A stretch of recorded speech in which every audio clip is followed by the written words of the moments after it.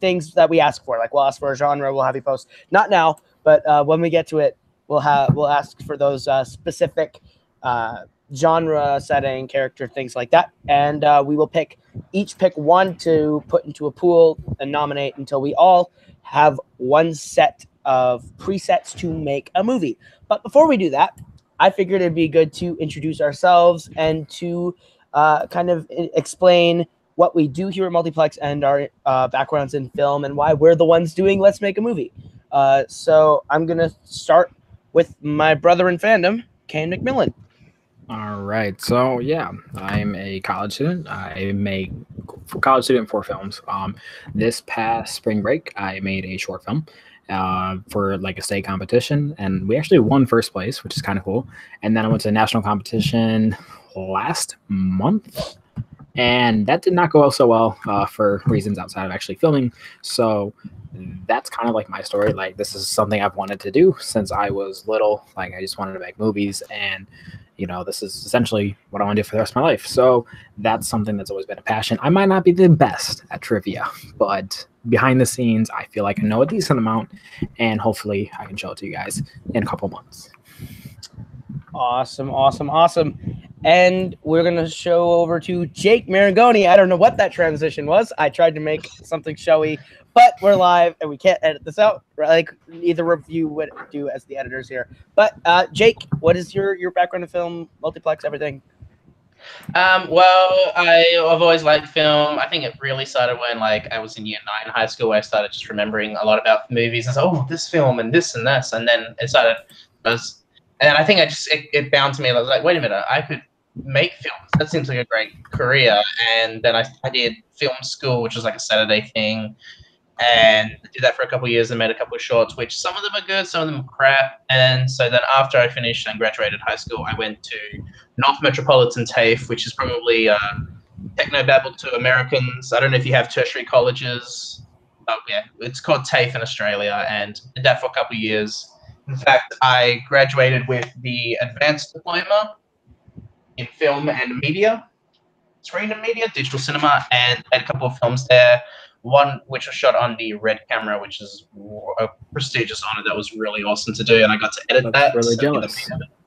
Yes, a Red camera. Well, I mean, Australia is not really known for its cinema, so that was the best. I'm jealous because it's. I assume you've got like an Alexa or something. But, I don't have an Alexa. I have a Canon. I have a Canon too, but that's something else to talk about. And I got to be the main editor on that film, and yeah, editing is kind of a big passion of mine, and so I like to make films, and I've always had a love for experimental cinema and the avant-garde and film movements, and I'm big into that sort of pretentious stuff. But I also I'm a sucker for genre-based films, and yeah, I love film, and I want to keep doing it until I die. All right, awesome. And as I put on my director's hat for the special occasion of this, I had always watched films. Like, movies have always been a part of my life. Storytelling has always been a part of my life. And there was several years where I just wanted to be a writer and write books and comic books and stuff like that. And then about summer between my freshman and sophomore year, I went on this trip called Chick. And before I left, my friend Kelsey said, you should make a vlog for me. Well, I made the vlog, but I didn't know how to vlog either. So I used my phone and ended up kind of making like a life movie. And it ended up being about 45, 50 minutes long. And from there, I just started doing them for all the trips. So like Move and Sunshine Fest and Chick Part 2, it just came out on Wednesday. And we just kind of did those. But I always wanted to make like a movie. And so I have a bunch of scripts that I've written. And like my passion has always been, I want to actually shoot something. I want to direct. I love editing. I love writing. And I love cinematography. That's one of my favorite parts of a movie. So that's why, obviously, I love La La Land because of how well it's shot. I absolutely love Birdman, and I love a lot of movies that are shot really, really well. I love genre storytelling, and one of my favorite genres is pirates, which is why Pirates of the Caribbean is one of my favorite franchises of all time, because there's not a lot of good pirate movies, and that's a franchise that I think is pretty solid until you get to the fourth one. But yeah, so that's always been my thing. I'm going to film school at Full Sail University this fall. I'm doing online classes for creative writing and then going there for my master's in film. So that's my life trajectories to make movies, but that's kind of our backgrounds in film. And yeah, it's kind of fun to talk about movies. And we talk about movies. We do a lot of trivia here for movies, but we figured why not do something that most trivia nerds on the internet would maybe like to do if they had the ability and make a movie. So how this is going to work, Kane, correct me if I am wrong. What we're going to do is we're going to present a genre or ask for a genre. We're going to ask for a character name, right? Yeah, like a character name and maybe like what they do, like an occupation that follows the character. Yep. So basically, somewhat like a name and a job, so that we can create a character and a prop. And I think there's something else I'm forgetting. A line? Prompt. You know. A prompt, and then a setting. Prompt. Like a setting, a genre, a prompt, a character name, and occupation, and we'll go from there. Yeah. This is really freeform, and we're just going to be like three guys that are just hanging out, talking about what cool idea for a movie we could do. This is already really, really fun. So what we're going to do is we're going to ask you guys for genres, and while we ask for a genre, we can talk about our favorite genres. You know, you brought actually something up as like they're gonna write down the genre. I wanted to bring something up real quick. Is you kind of brought into some movies that you liked, but like, what's a movie that really like made you want to get really into film? Like for me, as weird as it sounds, it's a movie that is nowhere near an Oscar movie, but it's a movie that when I walked out of the theater, it was like I was transported to a different world, and it was like it made me feel something crazy, and it was awesome. And it was actually Now You See Me, the little magician movie with Jesse Eisenberg. And it was like growing up, I loved magic, and it was like to see it like transported in this really weird way. I was like, I want to do this. Like, I want to be like have the ability to make someone just come out of a theater just enjoying life. You know, it doesn't have to be the best movie. I just want them to have fun. And that's what it did, and that's why, like, ever since then, it's like this is what I want to do. So I'm curious what you guys like. What movie like was the one that did it, or TV? You know. I love Now You See Me. Actually, good pull. I think the first movie that really made me want to make movies. I really like Sing Straight. See, this is like I'm trying to think about movies in the last few years that really inspired me to make film, and I don't think it was until like 2016, 2015 somewhere where I was like, oh yeah, I can do this. And I think Sing Street and La La Land, those two films combined, I'm a musical geek. Like, that's my thing. I've always been like, I do musical in the fall at school, and that's like what I always wanted to do. Is like, for a while I was like, I want to sing on Broadway, and I realized that is really freaking hard and probably not my speed. But I love musicals, and those two films together, the story aspects of Sing Street, just the human characters and all that, mixed with the way Damien Chazelle directed La La Land. It's a very simple story and it has two really nice core performances, but I think the way it was shot, the way it was edited, the way the music works is probably that combined with the storytelling of Sing Street in that year made me want to do movies. What about you, Jake? The first, though, it's kind of a weird one, but the film that made me want to make films, and the one that made me realize that anyone can make films, is Son of Rambo from 2008. I'm pretty sure it's directed by the guys that did Sing, which is an abomination. But when I saw that film, and I had no idea what the hell it was about, I was just like, I know Rambo, except it's spelled like rainbow with a W at the end. And I absolutely loved it because it's basically about a Christian kid who teams up with this bully, and they make a fan film. They make a film based on Rambo, and I just absolutely adored it. And it made me realize that I can make a film. So like the day after, me and my brother went and we just made a film, and it was effing terrible, and it was so bad, and it was just a wide shot of everything going on, like no editing, nothing. It was like a silent film, and it was really, really bad. And that made me realize that I can make a film. Anyone can make a film. And big like influences as far as like what kind of films I want to make, Donnie Darko's was like a film that changed my viewpoint. That made me realize that you don't have to tell a 3-act structure and make it like a standard like blockbuster film. That made me realize you could go in a different direction with film. And then American Beauty helped that. And then I saw Birdman, and I just was like, it was like the greatest experience I've ever seen in a cinema ever. And yeah, that's really how I got into film and how I like how I discovered film and why I wanted to be a filmmaker. Yeah, I mean, there's tons of movies, and it's like it's even gotten to the point where it's like you're not restricted by the equipment that you have, because wasn't Unsane shot like on an iPhone or something? Shot Like a on movie, iPhone 7S, I believe. yeah, like a movie released in 2018 is shot on an iPhone by like Steven Soderbergh. An Oscar-winning director. Yeah, like it's insane. Like you do not need, red cameras. I mean, those are nice. There's 100% nice. But you don't need them. People are shooting things on iPhones and DSLRs and just anything that they have to tell a story. Which I think at the end of the day, it's kind of like crazy to the point that we've gotten that you don't need to be, just Thomas Edison who like invents like the first camera, and that's the only guy who can make a movie, and you can be just random Joe Schmo just with an iPhone. I mean, it's great. That's what I started with, was an iPhone for the first 2 or 3 movies.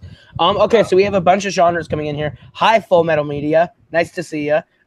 If you want to drop a genre you'd like to see the 3 of us make short films in, that'd be cool. But to kind of go over the list of stuff that's been given to us, Nico Suave Rogoli has his heart set on us making a spaghetti western or a western about spaghetti. I'd be down with a western, honestly. I like westerns. I think that might be a little bit hard for a guy that lives in North Dakota. Hey, no. That's not as hard as you think. It's really not as hard as you think. Western doesn't mean it has to be like sunny. I mean, like, Hateful Eight was shot in the snow, right? That's true. It was. Also, that's a western. It's summer here, and the summer's getting to the 90s. We are the biggest paradox of weather ever. Okay, so Malcolm Goldie Lay says musicals, because that's what we were talking about. I think we don't do musicals. Jonathan Peck says action comedy, and Eli McKegg says an action musical. And again, Nico says again spaghetti western. If you want, you can flip the genre on its head and make a western about spaghetti. Harley also said spoof movies. I think that's what that says, right? Yeah, that's what I'm guessing. Yeah, spoof. I'm guessing spoof. So those are the pool. Is there any genre you guys want to nominate from the pool of movies we've been given so far? Can I go first, if that's okay? Sure, go for it. I'm going to go Western. I'd like to do a Western. I've never done a Western before, and it helps that I live in Australia where it's just a rural outback outside, so I'd be happy to do a Western. He's taking Western. He's nominating Western? What are you nominating, Kate? I was actually going to say Western as well, so... What's your second pick?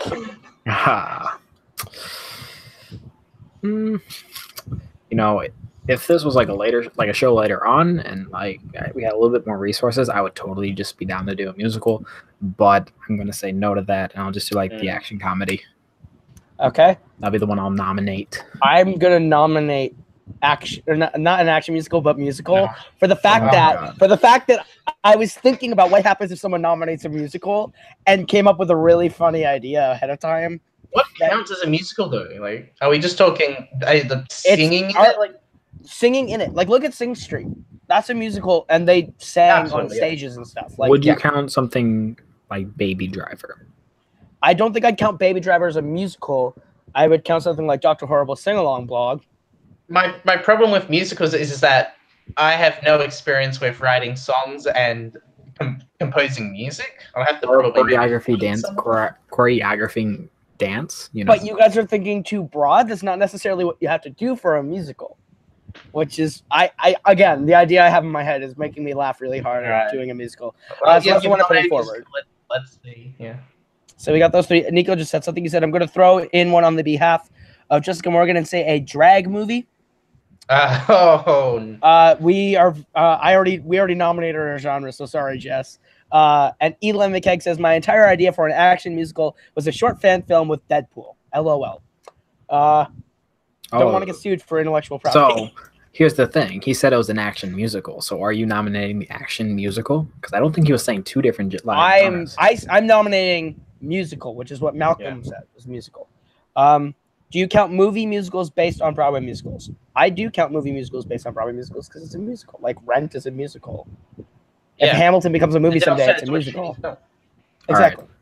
But this is at the point where now they decide, right? Yes. So their choices are either a Western a musical, or an action or comedy. action comedy. Those are your 3 genres. Now you tell us. Now you guys have to vote. Which one of these are we making a movie about? And I love that Nico told you, Jake, that your nickname is the Maestro. You should be able to write music.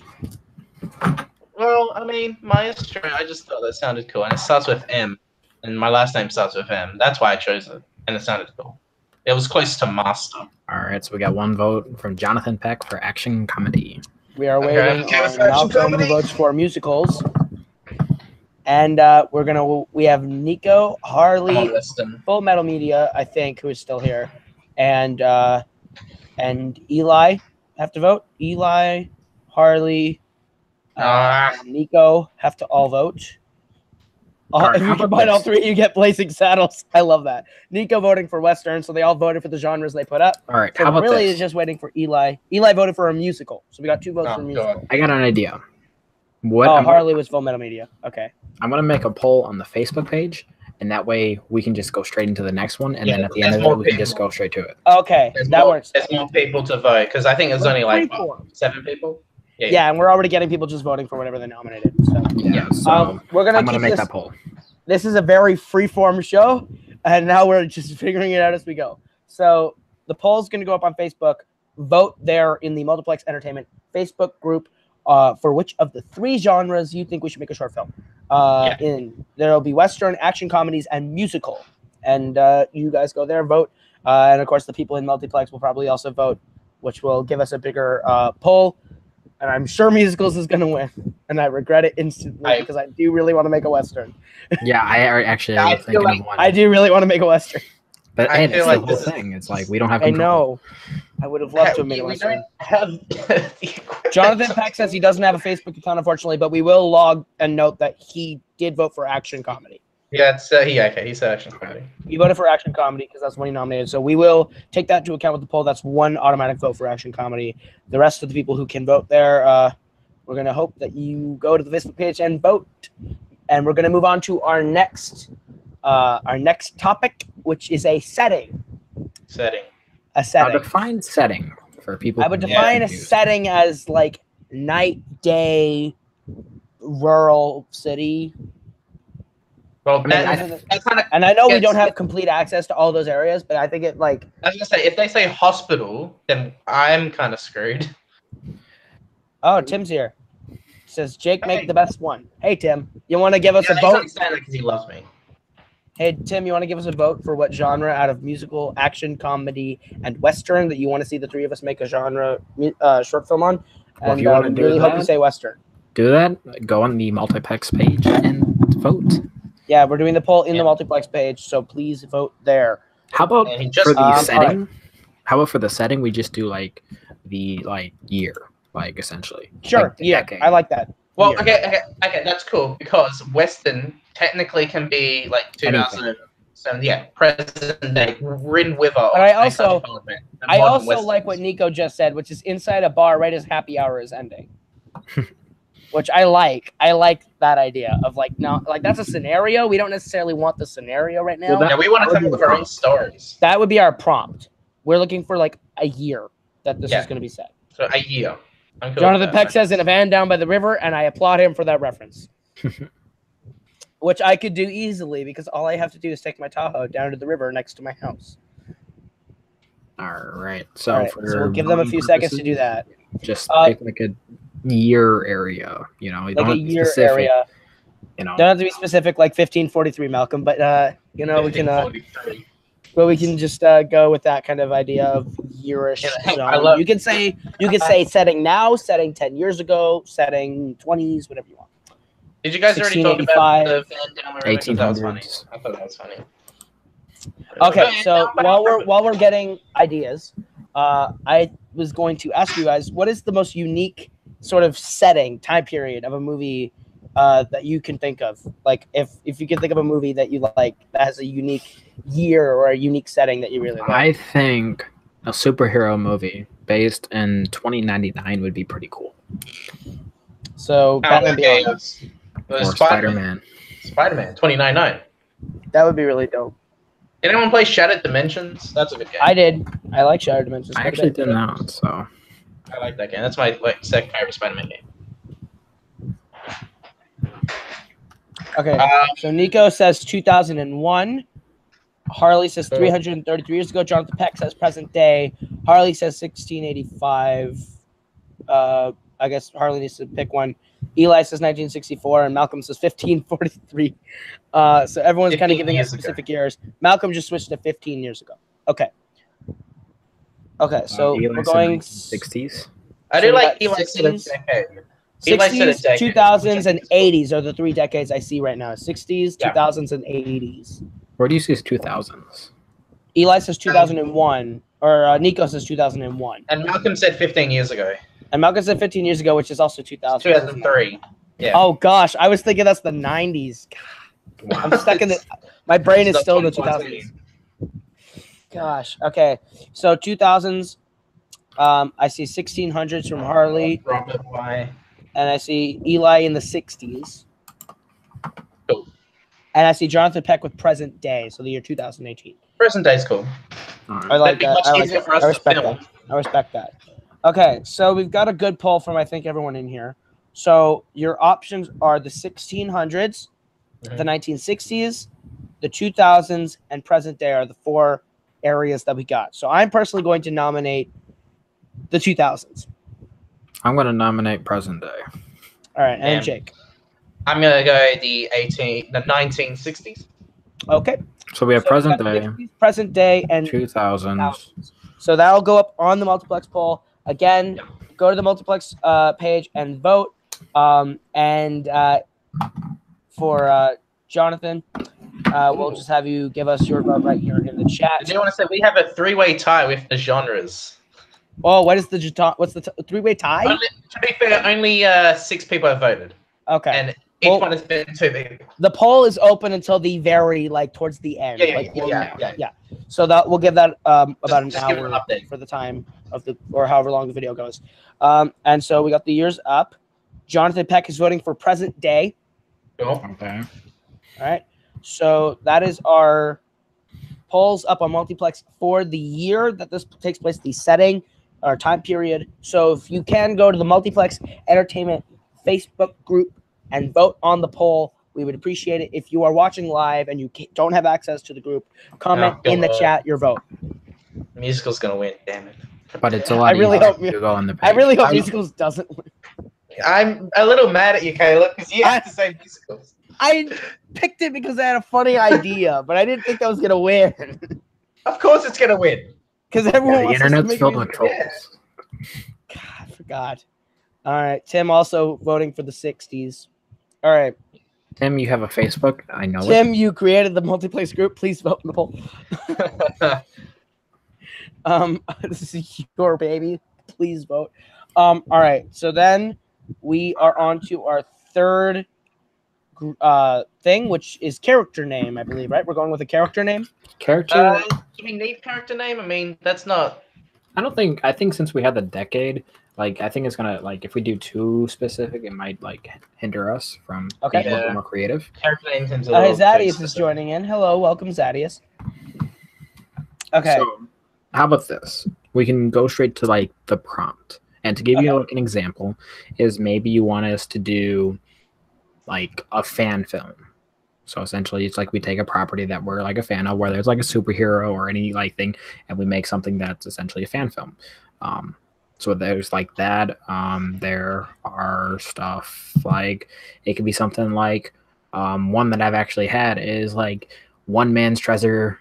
No, it's one man's trash becomes another man's treasure or something like that.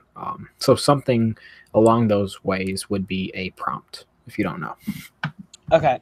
So we're going to go for prompts right now, which is the basic, just a general idea that you kind of want us to go off of to make the film. Yes. Basically, like Kane said, another man's trash becomes another man's treasure, a fan film about X, Y, Z property, stuff like that. So I will let you throw that out there now. And while we talk about that, what is your favorite basic idea for a film? A basic idea in a film that you really like a concept of a film. A concept? A concept in a film that you really appreciated and thought was interesting. It could be in a crap movie, but you really liked it. A concept. Okay, I don't know if this counts, but there's a film called Blue from 1993, and it is just 90 minutes of the color blue, and I find that very interesting. It's directed by Derek Jarman, and there's music and narration. Tilda Swinton does a couple of voiceovers throughout the film, and it's very interesting. Like, the whole idea was, if you looked at it for 90 minutes and looked away, your entire viewpoint would kind of change. That you would have to it's like an experience, not more a literal storytelling. So I like that kind of that concept, but I don't think it was pulled off exactly right. It's interesting. Okay. Kane, is there a concept in a movie that you really liked that you thought was really interesting? I like it, and it's interesting because, frankly, just to do it in modern day is brave. And that's A Quiet Place. I mean, the movie has barely any dialogue at all, and it is such a thrilling movie where it's like I said, there's no dialogue in it, but yet it keeps you on the seat, on your seat for the whole movie. And frankly, I respected that. And it's like, is it the best movie of the year? No. Is it really good? Yeah. But I think just for it's like 2018, we're in the year or the decade of blockbusters, and just come out with a smaller film that is essentially just a family. I respect that.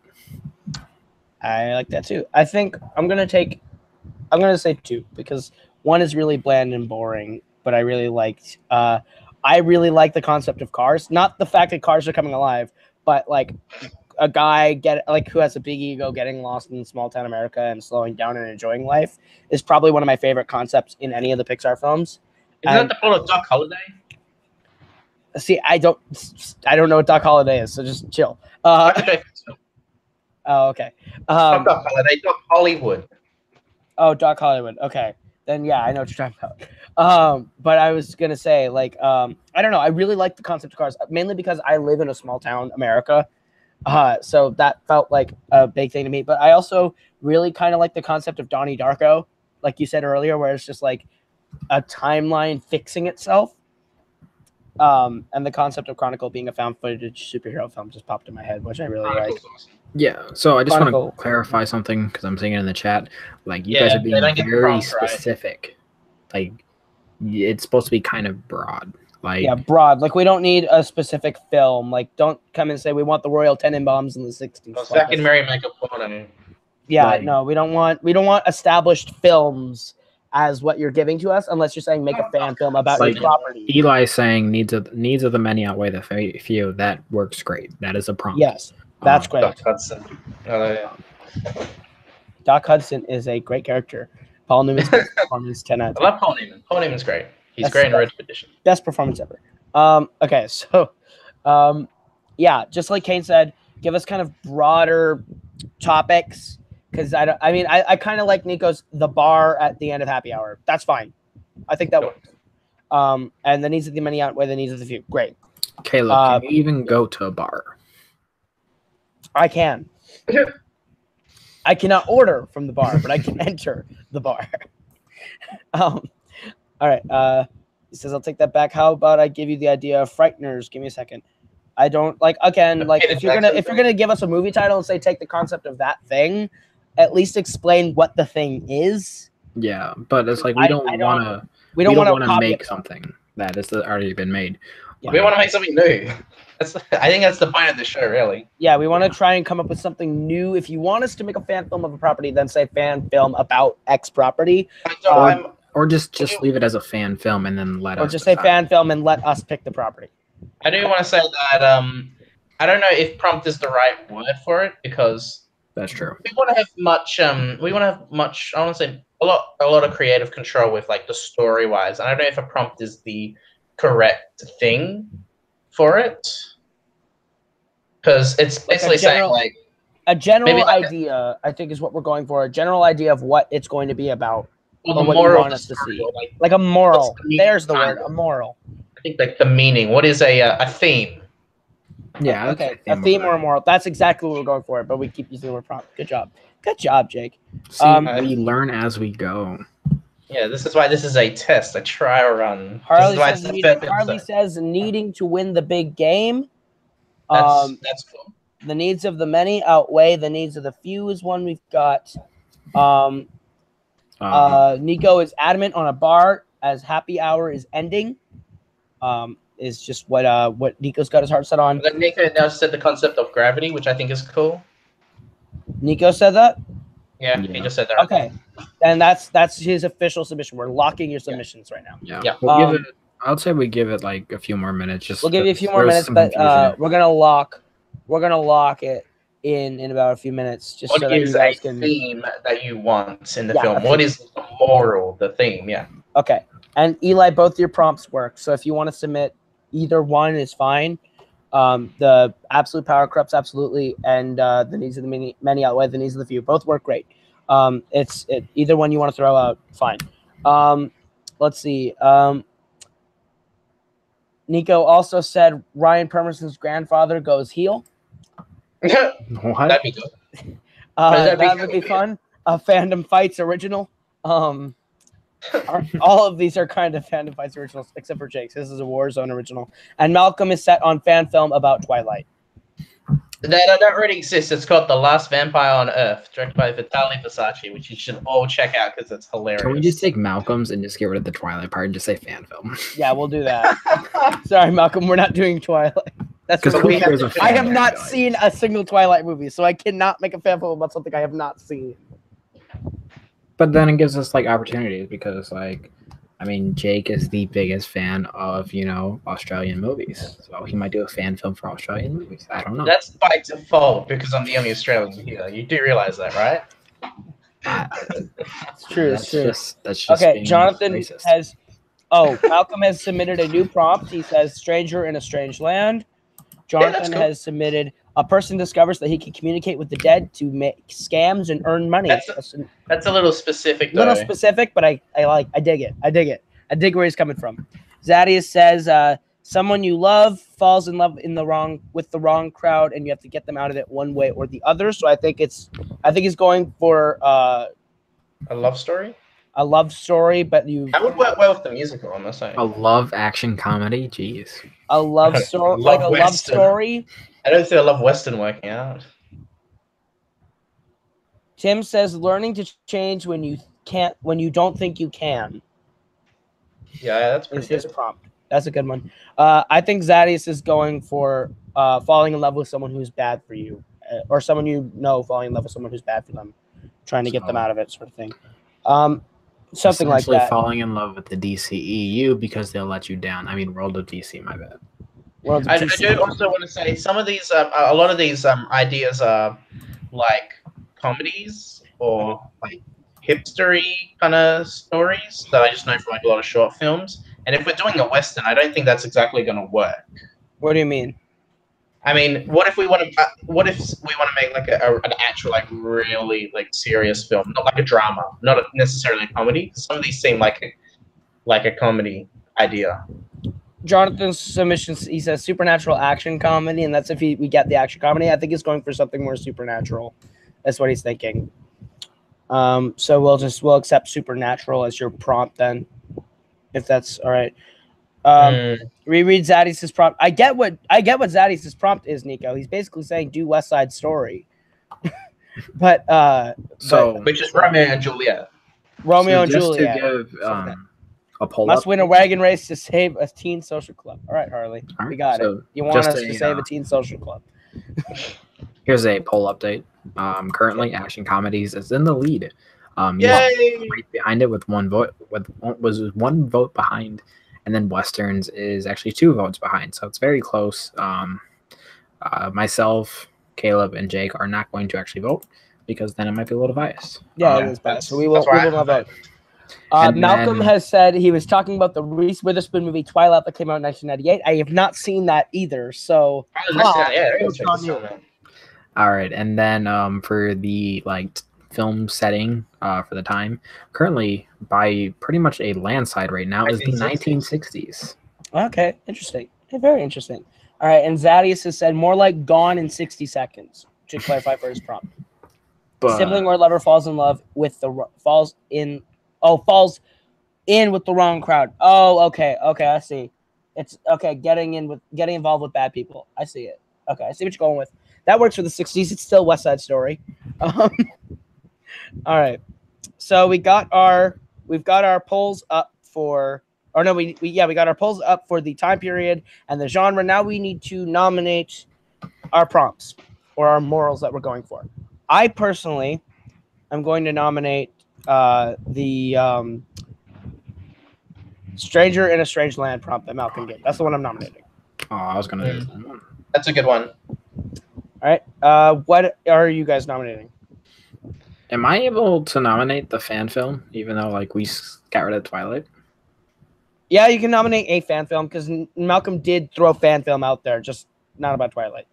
So if you want to nominate a fan film, nominate fan film based on a prompt that Malcolm threw out. That's fine with me anyway.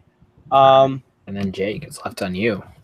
Yeah, can I just give me like a sec? I just want to look through all the. We do have your prompt recorded, by the way, Jonathan. Supernatural is what you're going for. Okay, so they're going through the prompts. I have Stranger in a Strange Land, and Kane is nominating fan film, which is something that Malcolm threw out earlier. If Malcolm does not like us taking that, that is, speak now or forever hold your peace. And then Jake is looking to find anything you're interested in. I don't know which one to go with, honestly. I really like Eli's Absolute Power Corrupts Absolutely. That's the one he's officially submitting as Absolute Power. And I like Tim's Learning to Change When You Don't Think You Can. That sounds like an episode of a kids show. That also sounds like a teen coming of age movie. Which is why I'm kind of against that. Well. This is tricky. All right, so far we got Stranger in a Strange Land. And Jonathan Peck said to pick his. What was his? I have no idea. Supernatural. Oh, not the TV show Supernatural, just the element of the supernatural.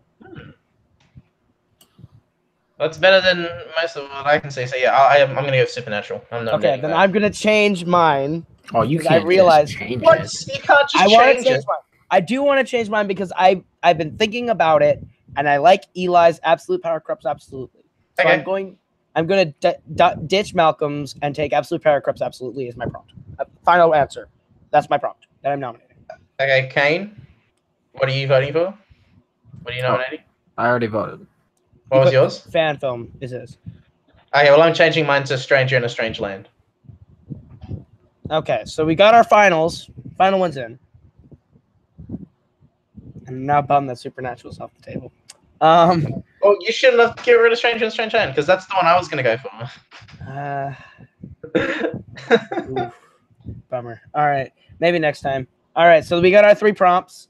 They're going to go up into the poll, and that's where you're going to go vote. So if you're just to recap, if you're voting in the chat, which is only for the people who can't access the Multiplex group, Tim, our prompts are Stranger in a Strange Land, Absolute Power Corrupts Absolutely, and fan film are the 3 prompts that we are putting up in the poll as what it's going to be about. So if you have the ability to go vote on the Multiplex fan page group in Facebook.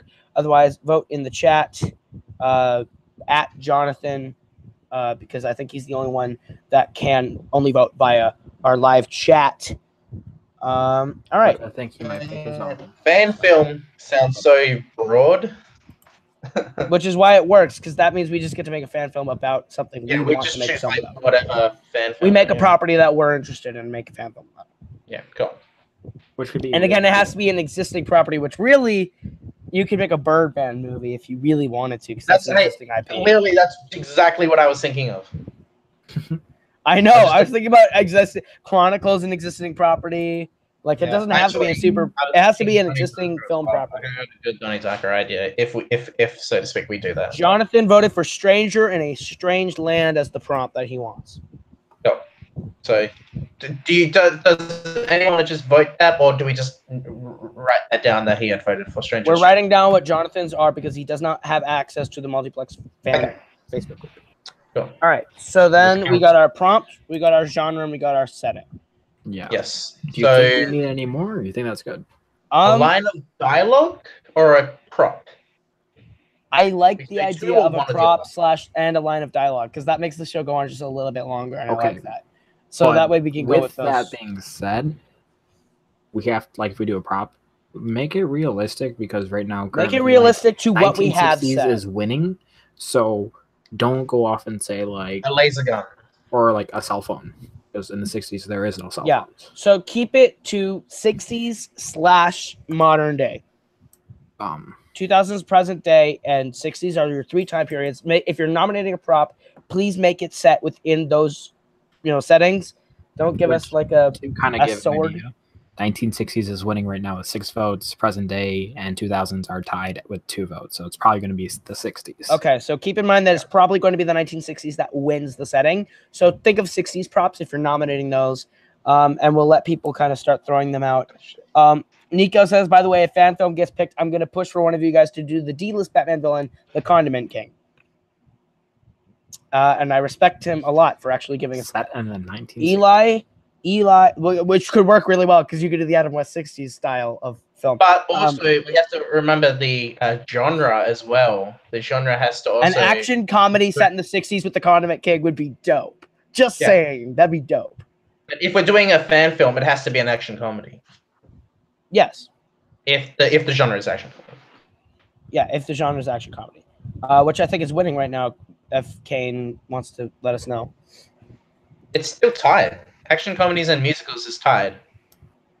Oh, that's getting crazy. That's scary. I was really hoping for the Western, honestly, though. Me too. I was really hoping for Western. Next episode.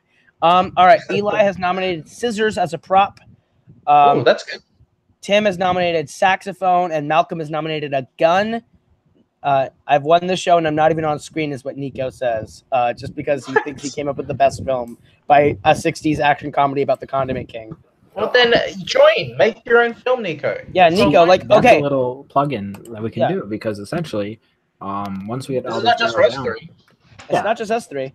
Go out and make your own. I mean, that's the whole beauty of this thing, because I think at the end of this, we could put a little hashtag for you, and then just do hashtag multiplex. Make a movie. Multiplex make a movie is good. Yeah, multiplex make a movie, put that as your thing, and then do the actual title or vice versa. Upload it on YouTube, and essentially, we will count it. When we do the whole voting of the best film, that'll be in it. That's the whole point. If you want to go out and make your own movie, do it. That's the whole point of this. And Nico, the whole thing of I don't have the equipment you guys do. Me and Kane have picture cameras, Canons, and we just saved. We had to save up for those. I started out making movies on an iPhone. Just shoot it on an iPhone, honestly. And then just not remember what we were saying at the beginning of it. A movie released in 2018 by an Oscar award-winning director was shot on a cell phone. A cell phone. Not even an iPhone. Well, it was an iPhone. But was it an iPhone? But it was an iPhone, yeah. It was a phone. Shot it on a phone. I'm saying it was a phone. Yeah. It's what they shoot it on. So shot it on a phone. Not an issue. And that's something we want you guys to do other stuff, because eventually, hey, if you do something really good, we might bring you on for the next show. And that way you can actually be a little bit more specific on the stuff that you like to see, or you can nominate a genre or year or take place. So you can have a say in what you want. Okay, just to reiterate, we're the 3 people on the panel that are competing just to make sure we have a competition. But if you guys want to get involved, hashtag multiplex make a movie is going hashtag that in your short film description title on upload to YouTube. We will count it as an official submission, which will be under review for the entirety of Multiplex to vote on. Everyone who watches, everyone who's an admin, and everyone who likes a video and just watches will get the chance to vote on the short films and decide which one is the best. The 3 of ours will be uploaded anonymously just to keep it fair, because I don't want anyone going, oh, it's Caleb. Yeah. I'm going to troll Caleb. Are we going to all upload them onto the Multiplex Entertainment channel? I think we're uploading them on Multiplex. Because there's another show in the work that's kind of just live. I think it'd be really cool if we just debuted it on that show, and then we could post the actual stuff on our own channels later on. But that makes sense. I don't know how we would do that, but okay. I trust you. We got away. I've been talking to Tim. We got away. All right, so we are going to show the thing later on, and that's where we will show the movies. That means if you make a film, we can upload it here. Yeah. But with that being said, we do ask don't use copyrighted music, please. Yeah, Yeah, it's don't use going on copyright. YouTube. Don't be a Caleb and use copyrighted music in your movies. And also try, if you're making a film, please stick to the parameters that we have set to follow our own. Like use our prompt, our time period, so then You we're have all to in the go same with competition. the rules. Yeah, basically play along with the rules. Don't go off and make some Oscar-winning short film that you're going to put up to the Oscars this year because it's like set the year 2099 and is about Spider-Man or something. Like, you know. Yeah. So, all right. but yeah, We got some 100%. props coming in. With that, we'll look at the props. We got Eli with scissors, Tim with saxophone, Malcolm with a gun. Harley says, sorry, left for a second. Nico is nominating a fedora, and I love you for the nomination of a fedora because I have several of them. Zadisa said a very rare and expensive ring made of, and whatever we decide. Okay, so some sort of a ring. And Jonathan Peck says, do I get a story credit? I feel like the people who have nominated, I feel they should get a story credit. I would give them associate producer credit because I think as writers, as producers, they're contributing to it. So I think they get producer credit on the short films. It's going to be like the 1 or 4 or 3 only credits we're going to have because we want to keep this anonymous, right? Yeah, the credits will be. I think when we at the very on our own channel. You're going to see the short film, and I think we're leaving credits off. Yeah. For the ones that go on Multiplex, and on our own, we're going to include credits. Yeah. Yeah, that's cool. And that way it stays anonymous, and then afterwards we announce, oh yeah, Caleb short film won, or Jake short film won, or Eli who submitted won the contest, or whatever. He says that he's writing his own one. He wants to do it, so I'm excited to see what Eli does. So Eli's going to be a part of the contest. If Eli wins, he'll be on the next episode. So whoever wins, we want to bring you in so you can do this the next episode. Or even if it's really good and it doesn't win, like let's say Jake's is absolutely fantastic. The fact that you made a film means you get to join and be a part of it. So if you play along and make a film, we want to bring you on to contribute, to play along on camera and stuff. Yeah, because this again, more like by we do want to have people in the chat contributing. So like we're not going to bring everyone on all the time. Harley said a ladder to heaven, and I think that's too specific. The fact that she said heaven, I think just a ladder. If you want to nominate a ladder, that works. Don't make them too specific. And Jonathan is nominating a baseball bat. That's cool. All right. And Eli says, hey, just because I'm paying attention doesn't mean I'm able to make one on time, but I'm hoping to make one. We don't have a dedeadline for this yet. Yeah, we're going to set a deadline. Like a month and a half. Yeah, 2 months. Month and a half. 2 months. But that's also like I'm months. pretty sure like all 3 of us are about to go back to school. So I'm in online school, so I can do whatever. So Kane has to go back to school. Yeah, the rest of us start living life. Is in less than a month, so the grind is real. Yeah, so like we're obviously gonna work around schedules and time. This isn't gonna be like a weekly episode. In fact, it might be a bi-monthly episode sort of thing. Show whenever we can actually sit down and do these is when we're gonna do them. So they're not gonna be like infrequent, sporadic, but like we're gonna take 2 months, make the short films, show them off, and do another episode 2 months. Like every 2 months, I think we're gonna do. We want to write. Do we run in our date as in the? We want to write in the date 27th of September. Sure. I'm fine with that.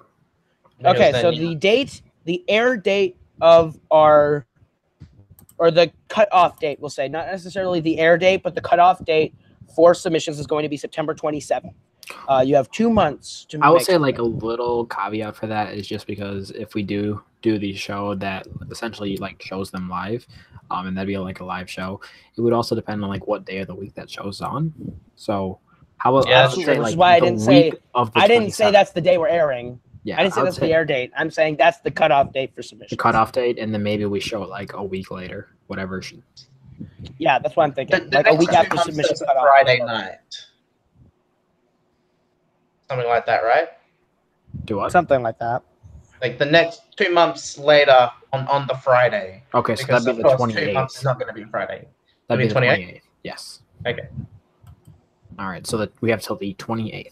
Okay, so the cutoff date is September 28th. You have 2 months and a day to make a short film. So if you can do that, if you want to play along, that's your world.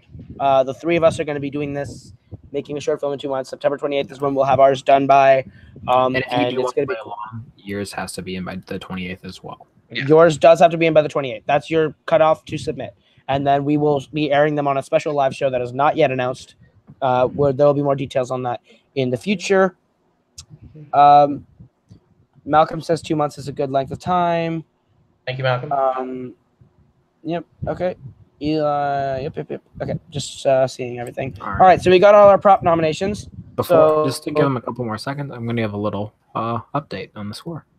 Oh, yes. Oh, yeah. Yes. For the theme, it is a tie again with Absolute Power Corrupts Absolutely and a fan film. So sorry, Stranger in a Strange Land. Actually, Yeah. what did Jonathan Peck vote for? He said Stranger in a Strange Land. Oh, he voted for Stranger in a Strange Land.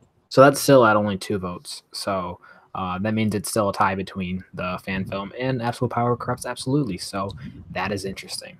And then we get to the decades, which is the only one that actually has a clear winner right now. And that is the 1960s. And then we get to the genre, and that is action comedies, musical, and western. Which, what did Jonathan pick for that one? Jonathan Peck voted for action comedy. That means action comedies are in the lead by 1 point.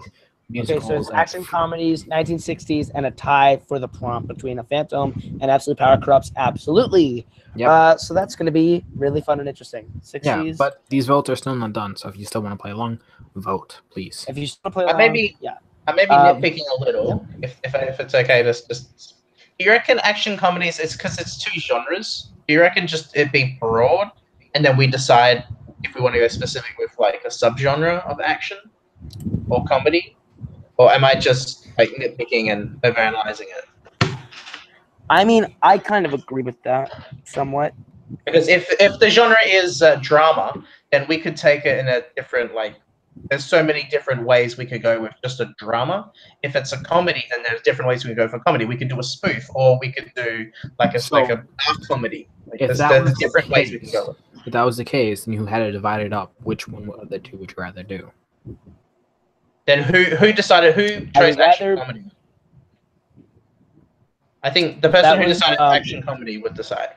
Yeah, that was Kane who nominated it. So no, I mean whoever like wrote it. But it was Jonathan. It was Jonathan who nominated it, like submitted it. So we should ask Jonathan if he's okay with that. Yeah, and then to decide if he's okay with that, to decide with either comedy or action. So essentially, Jonathan, you need to write if you would like it to stay as an action comedy, if you'd want it to be just action or just comedy. Right. We'll give him a little bit of time to do that, and also look at our list of props that are nominated. All right, so our nominated props are scissors, a saxophone, a gun, let's see, a fedora, a ring, a ladder, a baseball bat. Are we saying a ladder? A director hat. And a director hat. A ladder, as in something you climb up, and a director hat. I don't know what a director's hat is, which is what. I think it's the thing that you're wearing. Yeah. Okay, then the thing I'm wearing is the prop that Harley also nominated. Jonathan. And Jonathan says just action comedy. That's all. What? What did he say? He said just action comedy. That's all. So I'm thinking of stuff like Deadpool, Hitman's Bodyguard. I said to choose one or the other. I said just to make it like broader for us to like decide if we want to go. Yeah, if you could choose one or the other, Jonathan, which would you choose? Just action comedy. That's what we were asking: is if you could choose either action or comedy, which would you rather have us do? Because that is a little constricting, to what we would be doing. So if you could narrow that down for us a little bit, like just or broaden that for us, either action or comedy, what would your choice be? In the meantime, gentlemen, do we have props we want to nominate? Because I have my prop picked. Yes. All right, I will let Jake start. I'm going to go with scissors.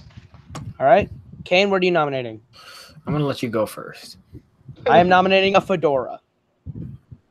A fedora? Yes, I'm nominating a fedora. I feel like a director's hat would just be way too similar. Not too specific? Yeah. So I'll go with Ring. In a ring. Ooh. All right. Okay. Malcolm says that they should be separated, and Jonathan said he would rather see us do a comedy than an action. So we are just going All to right. have to take the poll, and the winner of that is it's comedy. It's now just a comedy. Should we put a Which note I was down? hoping that he would say action because I I'm was not hoping good it's at that action. action as well. Should I we wish make it's an a action. new poll just so like the people who are not watching can vote? Yeah. I would say just edit it and just like But then edit they the might not see description. it. They might not see Can you? it. Like they don't get notified when it's just an edit. Okay, so you want to make a new poll of the genre Yeah. and just say it's comedy, musical, and whatever the other one was, Western. That way they have a new Yeah. perspective on it. So Okay, it's not. so I It's would- not. Lying to them. It's action Yeah. comedy. It's just comedy. Okay.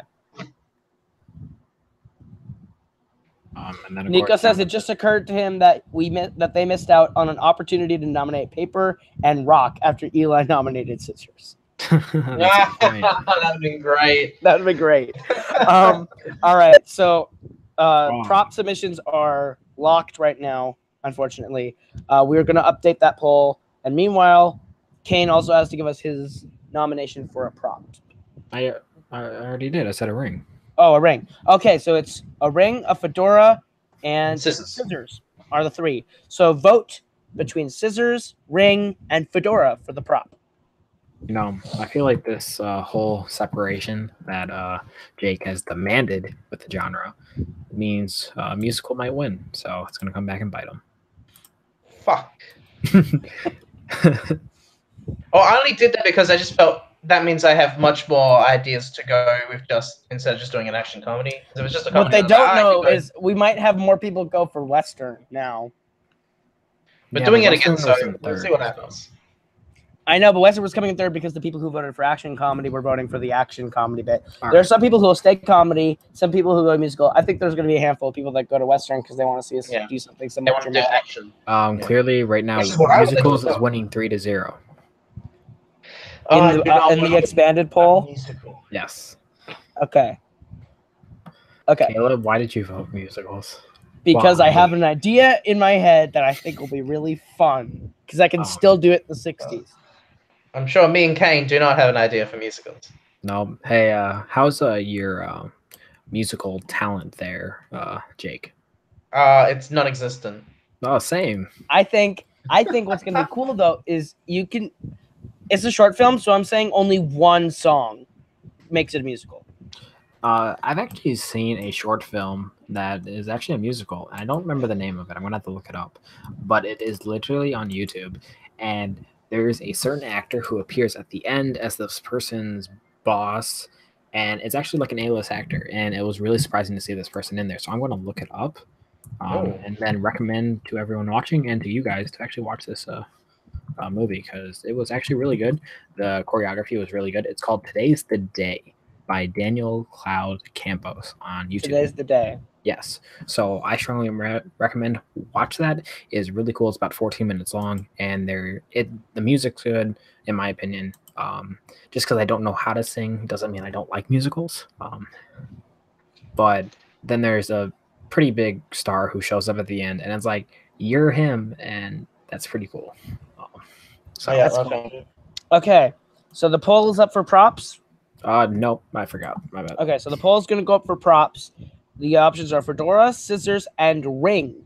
The winner of that will obviously be the one that we do. That'll go to the end of the night for the video. And this was the last one that we were doing, correct? I thought we were doing a line of dialogue. A line of dialogue? Okay. I'm happy doing a line of dialogue. I think we should do a line of dialogue just for fun because that's fun for me as a dialogue is one of my favorite things in a film, and I take a lot of inspiration from Tarantino when writing dialogue. All right, so fun Kane fact, knows people, because I helped him out with that short film that he's people doing. And I noticed for episode 2 nominate short silent films just in spite of Caleb. Oh, I would do so good at a silent film though. You don't even know. I'd do a good silent film. I'd have to. The problem is, I live in a place with literally no actor pool, so I'd have to find some really good, expressive actors from my high school. Nice. Or drive to Crookston and grab people. Have we posted the props poll? I'm working on it right now. Yeah. Okay, everyone is saying for musicals, you should do 2 to 3 songs to make it a musical because it is easy for a non-musical to have a singing moment. Okay, but you also have to work with us here. These short Because films are only going to be probably 15, 20 minutes, maybe. I wouldn't even say that. I would say more like, I was thinking more like the 5-minute mark is almost reasonable. Okay, Like this is going to be between 5 and 20 minutes, 10. I think. Yeah. Okay, fine. Let's go. I'm going to say the maximum length is 20 minutes for the short film. Yeah. Yeah, let's Um, go. And minimum 5. So a minimum Yeah. of 5 and a maximum of 20. So you got to work with us in that span. Working in 2 to 3 songs is very difficult with Especially a narrative story because- you want to tell. Especially because trying to avoid copyrights. Yeah. We would I have don't to like that. make songs, and that's scary.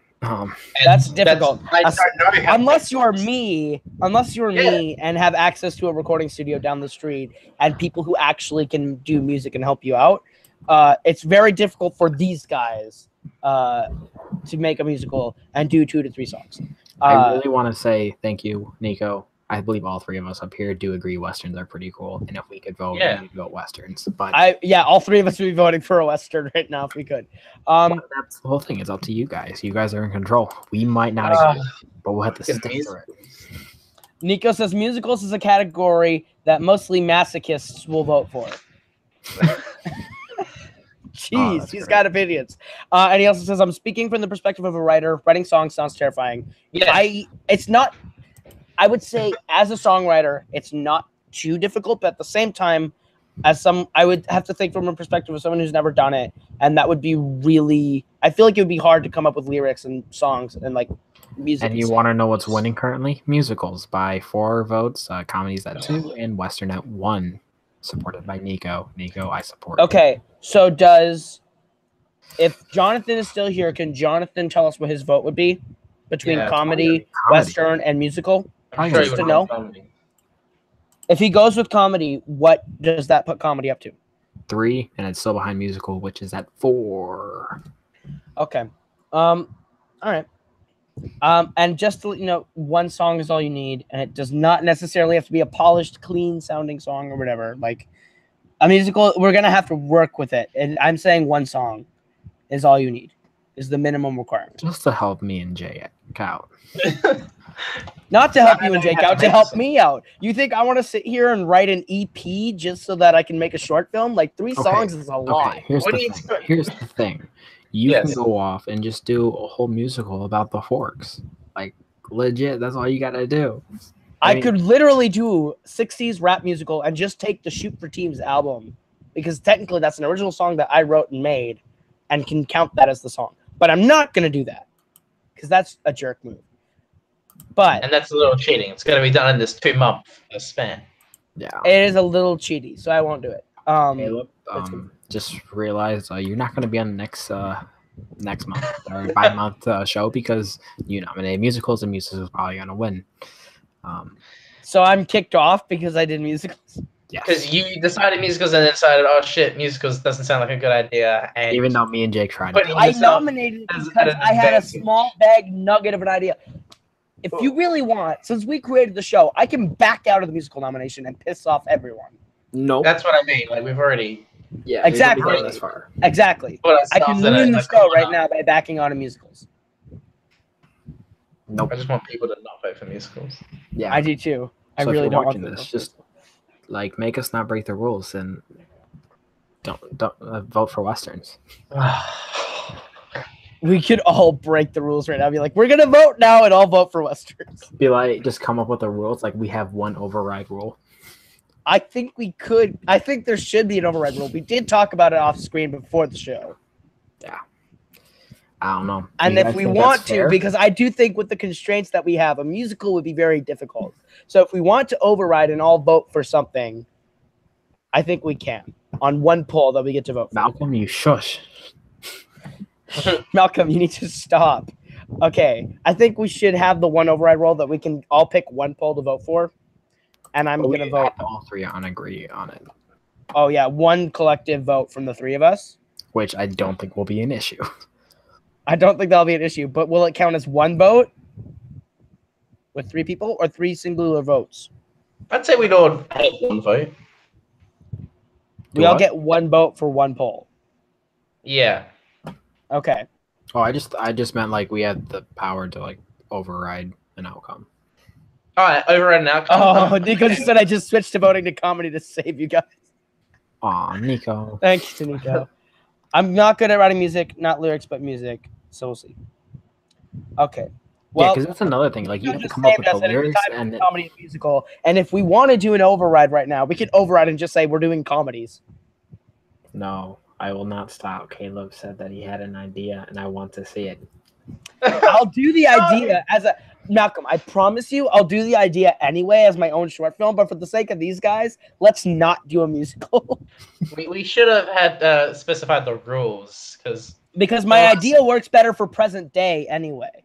It'll work in the 60s, but not as good as present day. Nico said comedy is now winning the poll. Good. Okay, comedy is now winning. All right.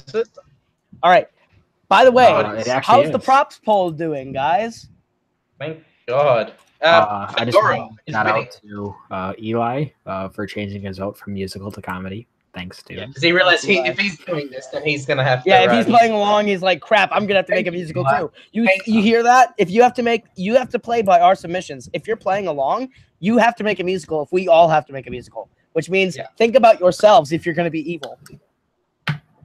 Exactly. Okay. Cool. So, what's the poll for props look like at this second? Currently, Fedora is in first place by 4 votes. Scissors is right behind with 3. And Ring is at a lone 1, which is brought to you by the guy who created the poll. I mean, not the poll, the option, Zadius. So, I would have liked to have done a Ring. I had a good idea for a Ring, but I have a really good idea for a Fedora for 60. I guess I'm happy with Fedora. I have a really cool idea. All right. For like, if there was like a fan film and there was a Ring, like it would just be the Lord of the Rings set in Australia instead of New Zealand. He could just make Lord of the Rings. He could make a short version of the Silmarillion if he wanted to. And it's like you could always just say like, Robert, help me out, Hey, Robert, want to record a bunch of voiceover for me? Robert, I need you to record voiceover for 13 dwarves. What is winning the theme? The theme right now is in the lead of, or the heck is the poll? It is a tie. It is a tie between a fan film and Absolute Power Corrupts. Absolutely. Is it? Let me refresh. Russell just voted literally like 2 seconds ago. He also voted for musicals, which also means it's now a tie again. Hey, our override rule is still in place. We have not used it yet. If I would say that we can use it for one thing and all decide we're going to vote on the genre poll and all vote for comedies and push it over, we really can. But I really want Westerns. People are going to hate us for it, but look, you also have to look at us and be like, this is what we're doing. We're subjecting ourselves to their mercy. But at the same time, we have to have one grace card. Yeah. And we also need to figure out a tiebreaker situation because I think a tiebreaker situation would be us. Because there's 3 of us. And that's fair. The tiebreaker situation would be us. Well, but we have one override, which is like if there's something that we really can't do or don't think it would be like if it's just not feasible for us to do, I think that's our override. Like a musical, which I think that'll probably end up being our override if it starts winning. I can't do musical. Eli says tiebreaker is simple, flip a coin, but there's 3 of us. That's what I was saying. No, it'd be like heads would be 1 and then tails would be other. I know, but what about a 3-way tie? That doesn't help. Well, there's not a 3-way tie, so. Right now, I know, but I'm saying long term. I think the tiebreaker should just be us. But I'm fine with that. I'm fine with that. So we have like the heads currently of fandom and movies. If everyone votes for Westerns, we might be able to get you a title shot. Just wink, wink, nudge, nudge. Hey, Eli, you want to play me for a #1 contenders rematch? Wink, wink, wink, nudge, nudge. No, I'm kidding. It's not happening. Yeah, that's not happening. Don't actually do that. But... Sorry, I'm not going to promise that. That's not happening. But yeah, we still have one more thing to decide, and that's the lines. Give us the line of dialogue. You guys get to. You guys are going to submit to us one line of dialogue that we must include into our short film, in some capacity. It might be the last line of dialogue, the first line of dialogue, somewhere in the middle, but it has to be in there somewhere. And I think this is going to be real fun. he And said don't he's make number 3, and he says that he's number 3, and I'm not close, so I think I'm good. He's gonna have a rude awakening here pretty soon. Anyways, let's get off fandom and into let's make a movie. All right, so we need you guys to start submitting lines of dialogue for us to include and in the film. keep them like a sentence or two. Like, Yeah, keep them a sentence or two. Don't write us a monologue. Like, Yeah, just a sentence. we'll decide the monologue that comes off of it, but just submit one sentence. Yeah. One Or sentence. the conversation. yeah. So just like literally, you give us a sentence, and that is all we ask for. All right. Or So two. with that, we can kill airtime by saying, who is your favorite screenwriter? Oh, that's a good one. I was really hoping to say director, but okay. I was No. thinking you were going to say director, but I'm happy with Well, we screenwriter. can get there too, but I love screenwriting, so I want to hear what your Yep, favorite screenwriter is. Go to me last, please. All right, Jake, who's your favorite screenwriter? Charlie Kaufman, hands down. He writes like the most brilliant screenplays ever. Adaptation, being John Malkovich, exceptional. His directorial debut, Synecdoche, New York, is amazing, and he wrote that. And the guy's a genius. You probably have seen the film Anomalisa, which he wrote and directed. Great film. And also, he also wrote Eternal Sunshine of the Spotless Mind, which is like the greatest romantic drama of all time. It's good. It's good. Kane, do you have one? I said go to me last. I'm trying to decide. Okay, so I'll go first. I have a lot of favorite screenwriters, but one that has always stuck out to me, not necessarily for things that he's always written, but for the way he pitches. He writes. For the way he pitches. I like the movies that he writes and the scripts that he writes. But I think the way he pitches and his ability to craft a story in like 30 seconds or less is really cool. He's made a lot of cool short films. He's directed a feature film. He's written a lot of films. I've seen most of the films he's written. Everyone has seen his first film that he's written. And that's Max Landis. I quite enjoy Max Landis as a writer, especially like his YouTube personality. I really like. He kind of disappeared, and I don't really know why he disappeared. I assume there's a story to it that I don't want to know about. But does it involve Jake's nickname? No, what? Never mind. No. Never mind. Does it involve you and Ryan's nickname? I should say. Yes. Okay, that's disappointing. But yeah, I liked Max Landis a lot. I wish he would come back. I follow him on Instagram all the time, so I see his life updates and stuff. But I'd love to see him make another Wrestling Isn't Wrestling. That's a great deal. Jane L.A. is one of my favorite short films ever made. It's found footage, and it's about this girl that this guy hangs around because everyone says she's crazy, and she's like, I'm going to detonate a bomb, but no one really believes her. And you find out at the end maybe she's actually a terrorist. It's 12 minutes. It's on YouTube. Jane L.A. is such a great short film. I recommend you watch that. It's great. I really like him. I do like Aaron Sorkin, which is a gimme. A gimme. I think another one that is underrated, not necessarily underrated, but one that people don't necessarily think of when they think screenwriter all the time. But as soon as you like look at his body of work, he's really good. And that's David Coop. I hope I'm pronouncing his name right. David Coop. Oh yeah, he wrote the Spider-Man screenplay. And he wrote the first Jurassic Park. Yeah, he's a good writer. He also wrote Indiana Jones and the Kingdom of the Crystal Skull, which a lot of people are like, bad movie, but I think the story's not the problem with that movie. And I'm pretty sure he wrote and directed Secret Window. He did write and direct Secret Window. I like David And Coop. Premium Rush, which is a fun film. I do like Premium Rush. So, And Ed Solomon, another one that I really like, who wrote Kane's favorite film, Now You See Me. interesting. Oh, and that true, Kane? one last one. It's not my favorite film. One last one. These guys are legitimately favorites now that I think about it. Ted Elliott and Terry Rossio, my favorite screenwriting duo of all time. They wrote. Didn't they write the Pirates? Yeah. They wrote the first 3 Pirates films. They wrote Megamind. They wrote The Road to El Dorado.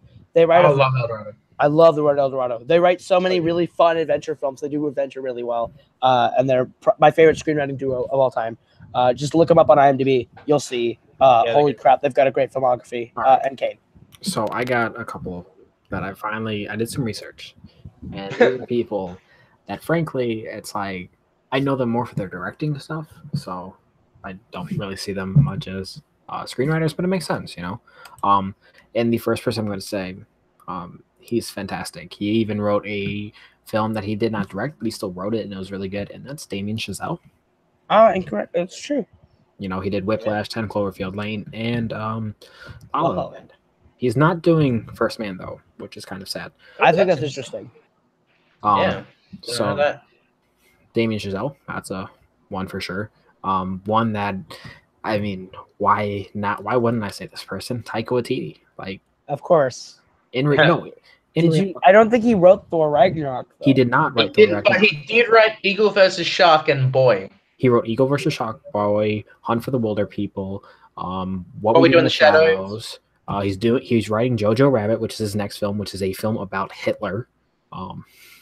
It's true. And then I think he's playing Hitler. Yes, he's playing Hitler. And then he's also writing the sequel for What We Do in the Shadows, Werewolves, or it's We Are Wolves. But yeah, werewolves. And isn't he also doing a film, a Bubbles film about the Michael Jackson's monkey, a stop motion film? He's not writing something about that. He's not writing. I think he's got that in the works as well. Yeah, so like he's written tons of stuff. Ooh, so I just thought of one now that you're listing off directors who are also screenwriters. And then I have one more person I really want to nominate, and that's Jonathan Nolan. He's good, yeah. Yes. We also unfortunately everyone knows him for being the brother of Chris. Yeah, we should also throw out some other names. Lawrence Kasdan is a good screenwriter. John Landis, an underrated screenwriter, the dad of Max Landis. And he also wrote Clue. John Landis wrote Clue. And the two screenwriters that I think are screenwriters before directors, but they have the best directing style. Probably my favorite directors. And they have a surprise movie coming out in November. Joel and Ethan Coen. Yes, I was going to say them as well. They're awesome. Absolutely fantastic. Fargo, No Country for Old Men, great writers. They wrote Suburbicon that came out last year, and it looked like a Coen Brothers movie, but it was directed by George Clooney. They wrote that in like '89. They wrote that a while ago. It definitely feels like a Coen Brothers movie. I just never saw it because I've not seen it. They wrote Gambit. They wrote a lot of movies. I've not seen Gambit. They wrote Bridge of Spies, the Spielberg directed one. They got an Oscar nod for that, which is crazy. They didn't even direct that. They wrote that. It's great. Let's check in on the line of dialogues. Okay, so. Oh, yeah. Kevin Smith is what Nico threw out. And I also want to throw out, is it Taylor Sheridan or Tyler Sheridan? I mean, there's ones for both of them, you know? The one who wrote, the one that wrote Hell or High Water, Sicario, Wind I love Taylor Sheridan. Yeah. People love him. I did not like Wind River at all. Wow. But I need to see that again. I've only seen it once, but I thought it was pretty good. Like shot well. It's shot well. I don't like the story or the directing. I think it's terribly paced. Okay. That's just a personal thing. I have not seen Hell or High Water or Sicario, but I really want to see Hell or High Water. Anyway, we should check out the dialogue. Tarantino, another great screenwriter. Now we're doing this thing where we're talking about screenwriters. Tarantino's the master of dialogue, and that's where I learned how to write dialogue. Steven Zaillian is a good screenwriter. Jonathan. Let's see. Kevin Smith is what Nico is yelling. Nico says I despise Burn After Reading. I love Ben After Reading. That is funny. I've never seen it. It's really, really good. Is it like A Serious Man, where it's like a movie that ultimately ends up being about nothing? Yes. And it's got a bit of Lebowski, and it's got a bit of Fargo. And that's all I'll say. Okay, then I'm definitely in. I think that's still on Netflix, so I have to watch it. I am a good Samaritan. All right, let's see. What are the here are the lines of dialogue that I think I see. Okay. Nico says, "Did you fart?" Eli says, just tell me one thing. Did you do it? Carly says, "I hereby give you the keys to the kingdom." The moment said, "We'll decide." Jim sensed a disturbance in the force. Jonathan Peck says, "Trust me, you don't." Malcolm says, "Musicals are the best." Harley says, "Bow to your Queen Harley." Which is just annoying. You've said two already. You have to decide on one. There was another Christopher McQuarrie. That is a good screenwriter. Thank you, Jonathan. He's cool. He's good. He won an Oscar for Usual Suspects. And I love Mission Impossible Fallout. Now he's directing Mission Impossible. I'm seeing it tonight with my mom, so no spoilers. Yeah. No spoilers. I love it. It's my favorite Mission Impossible. Anyway. There's also another one. Just tell me one thing. Did you do it? I like that one. That's ambiguous, and I can play with that, so that's cool, Eli. Yeah, so give us a couple more, like just start. Yeah, can you throw us some more ambiguous ones? None of these jokey ones like Bowdy or Queen Harley or Did You Fart? Just come on. Or musicals are best. Musicals are best. Like, come on, give us some like ambiguous ones that we can go off of. Yeah, you gotta work with us here. I feel like we're like the Four Horsemen in Now You See Me, where we're just like on the stage pulling the balls from the stage. Like, all right, these are the numbers, and then we're just like shuffling them with the ones we want. Yeah, it's like we don't want that. Give us pick a card, not that card. As long as I get to be the we're not magicians. We're not gonna do like some. We are magicians in a sense. Oh yeah. Okay, that's another way of looking at it. I got a question to ask everyone because we're talking about Damien Chazelle. Has anyone here seen Guy and Madeline on a Park Bench? I have not seen it, but that's his first movie. I saw that in preparation for watching La La Land, and it's very amateurish. Like you can tell this is his first film. Like, there's some cool ideas that he's doing with it, and I'm pretty sure he has a cameo in the film. But other than that, like it's an okay film. It's a good like first film. But it's very choppy. When I watch La La Land, I like to watch a lot of the featurettes like right after I watch the movie. And since Whiplash is like my second favorite movie of all time, so I watched it, and he was talking about how he only made Whiplash so he can make La La Land. Yeah, I love that story. Like, it's like, okay, I appreciate that. Like, so Whiplash wasn't your passion project, but La La Land was.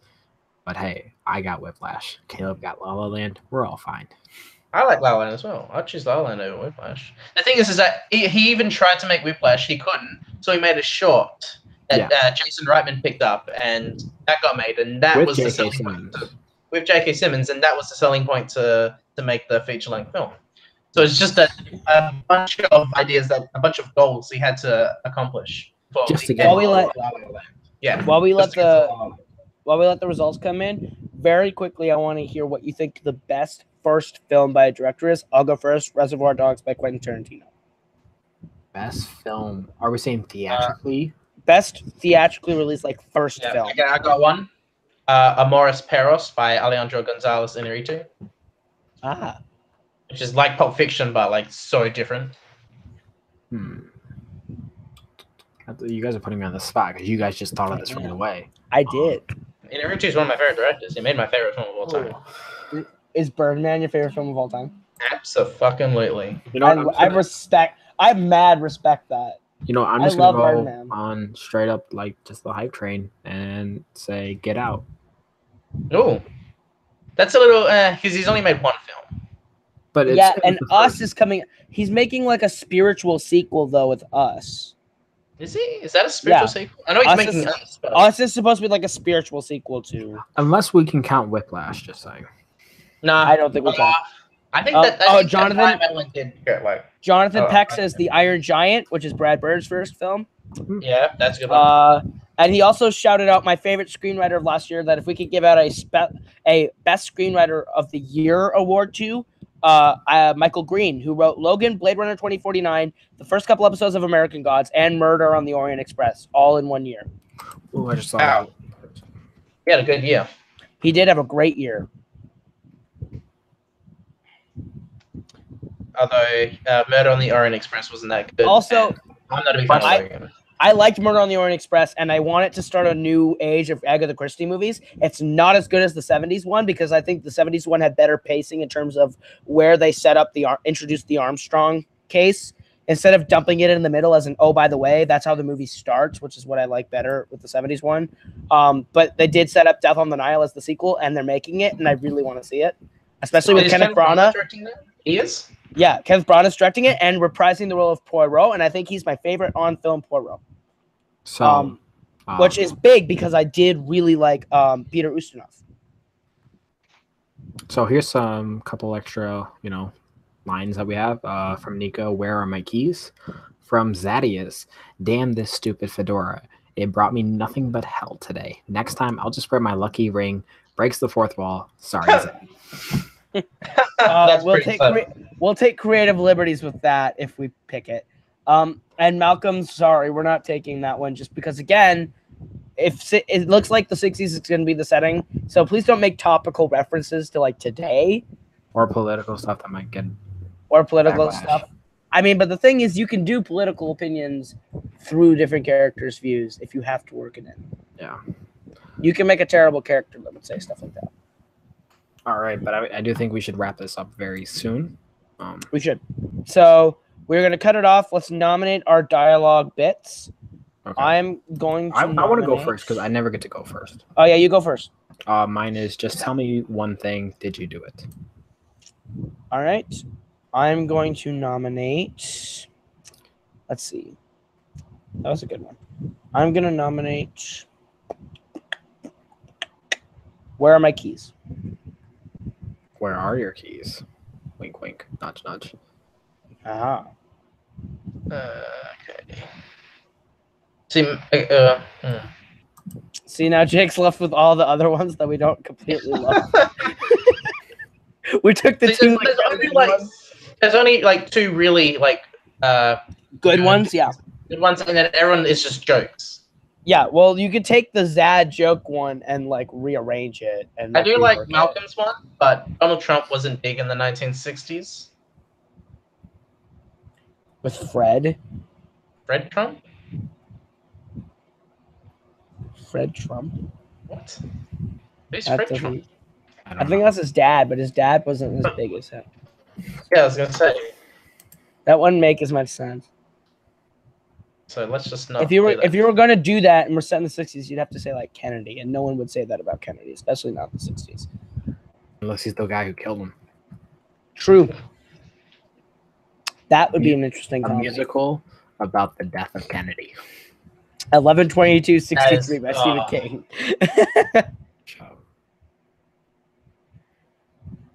It's just you just adapted the musical Assassins by doing that. The one you nominated was Where's My Keys, correct? Eli, you're right that they might say that about Nixon, but Nixon wasn't president until the 70s. I did nominate Where Are My Keys? All right, Jake, it's all on you. Yeah, I'm waiting for some good ones, but I don't think it's coming.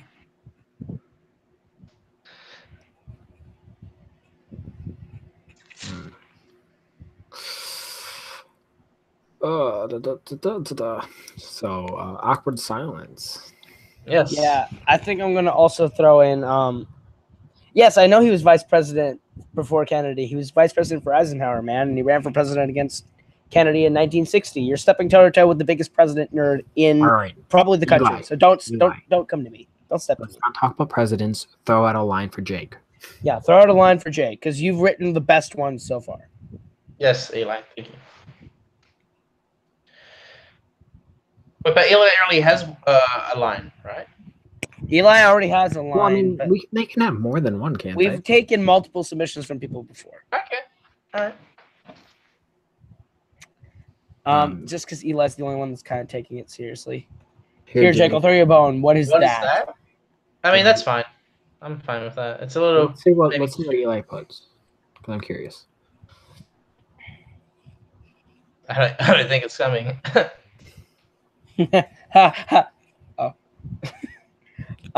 Just for fun then, while we're waiting, what do you think is the most underrated animated movie of all time? Underrated animated movie of all time? I got one. How to Train Your Dragon. I don't know. I believe you. I mean, that's not underrated. It's underrated, I would say, especially the sequel, because like the sequel was nominated in 2014, and I was like, like there were so many other good movies in 2014 to come out animated. Lego movie. What? The Lego movie that should have been nominated. That should have won. But I wouldn't say that's underrated.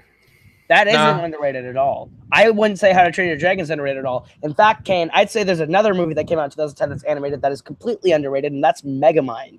I'd say Megamind is the most underrated animated movie of all time. That's just because you saw it recently. No, that's a movie I grew up on. I love Megamind. I saw that in the theaters. I'm gonna throw two out. One is I think underrated, and one is one that has kind of got a cult following, but I think still is underrated. That's and we said it already, but Road to El Dorado. Okay. Absolutely underrated. Oh my gosh, I agree. Underrated. so amazing. Just one of my favorite animated films. Like, it's actually a really good one that I love to rewatch. And the one that I think is actually really underrated is Anomalisa, which is written and directed by Charlie Kaufman, which no one talks about, and it's such an unconventional animated film that I absolutely love it. And it's got really good ideas. Can I just say Shrek 2? That's just superior. I threw up in the cinema watching Shark Tale. True story. I would also throw out Treasure Planet as another very underrated animated movie, but a lot of I grew up with Treasure Planet. There's some people out there who don't like Treasure Planet. Paul Oyama. George and the Giant Peach. James and the Giant Peach is an underrated one. I agree. James. It's been a while since. Funny story, when I watched that movie, I watched it when I was little, and I flew down to Texas to see my family, and I watched it there for the first time, and that movie freaked me out. And I haven't watched it since. But it just just to update, Eli has thrown up a couple. I can't do this anymore, or no, this can't be happening. I think I'll go with no. I can't. This can't be happening. So no, this can't be happening. So no, this can't be happening. Where are my keys? And whatever one. Tell me, did you do it? Tell me, did you do it? All right, those are our lines, and we are locking it in. So we can hurry this up and wrap it up, Yes. I feel like this is went on much longer than we had anticipated. Yeah. Well, I was hoping my aim for this was to make this between an hour and an hour 30. Well, we're almost 2 hours. And we're almost to the 2 hours. So yeah, we're at the hour 30 right now. Oh yeah, we're at the hour 30 right now. So we're about the time where I would wrap it up. So let's nominate our line. Let's put the lines of dialogue up on the poll. They are already up.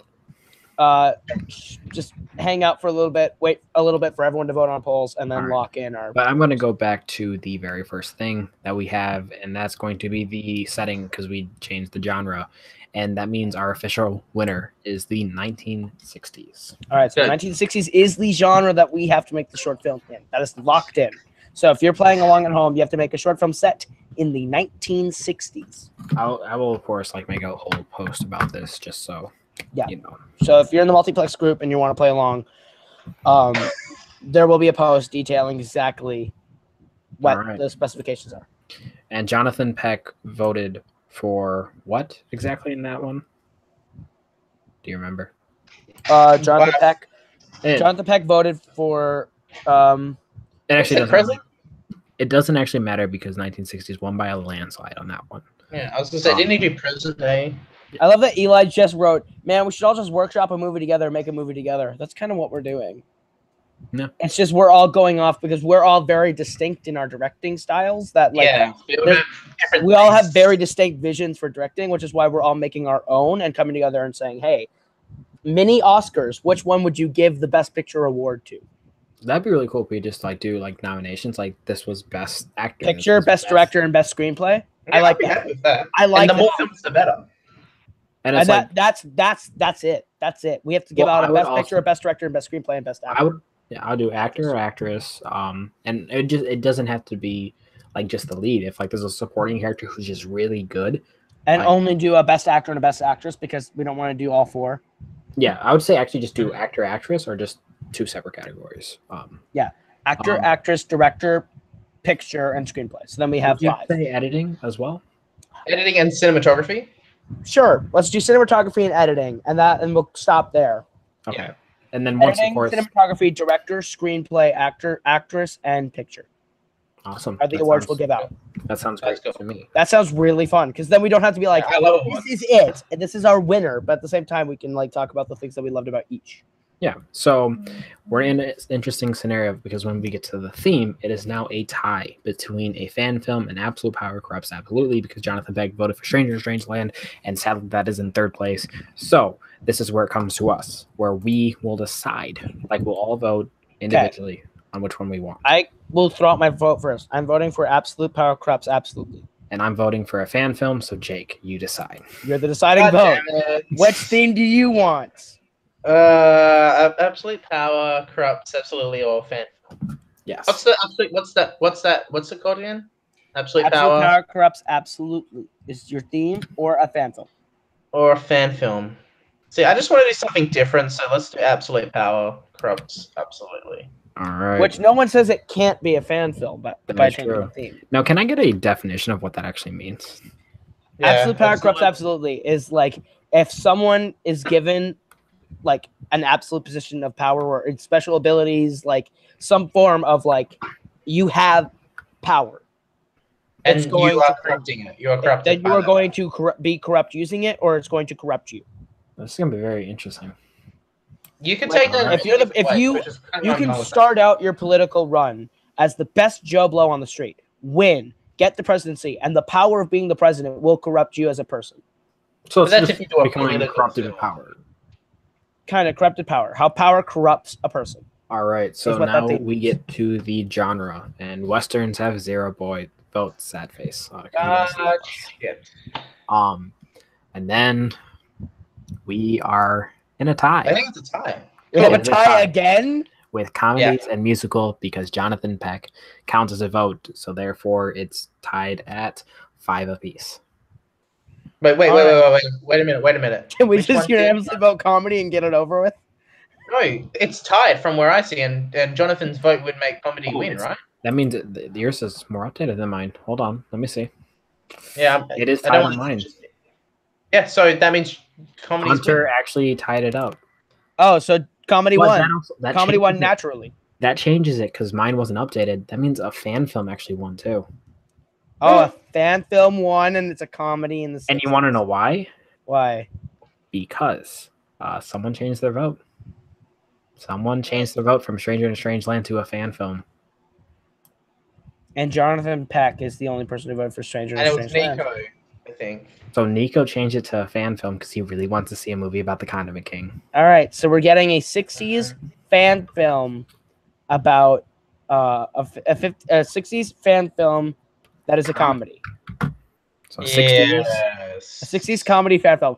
Jake, we dodged a bullet with the musical thing. I'm glad that we didn't do that, but then like a fan film, it's like there's different ways you can go for that. You get to pick the property that's in the 60s. Yeah. And then the final thing that we have is the prop, and that's a fedora, which fits perfectly for the 60s. So Fedora won the prop, and the line of dialogue that's currently winning is... It is currently, Where's My Keys? Really?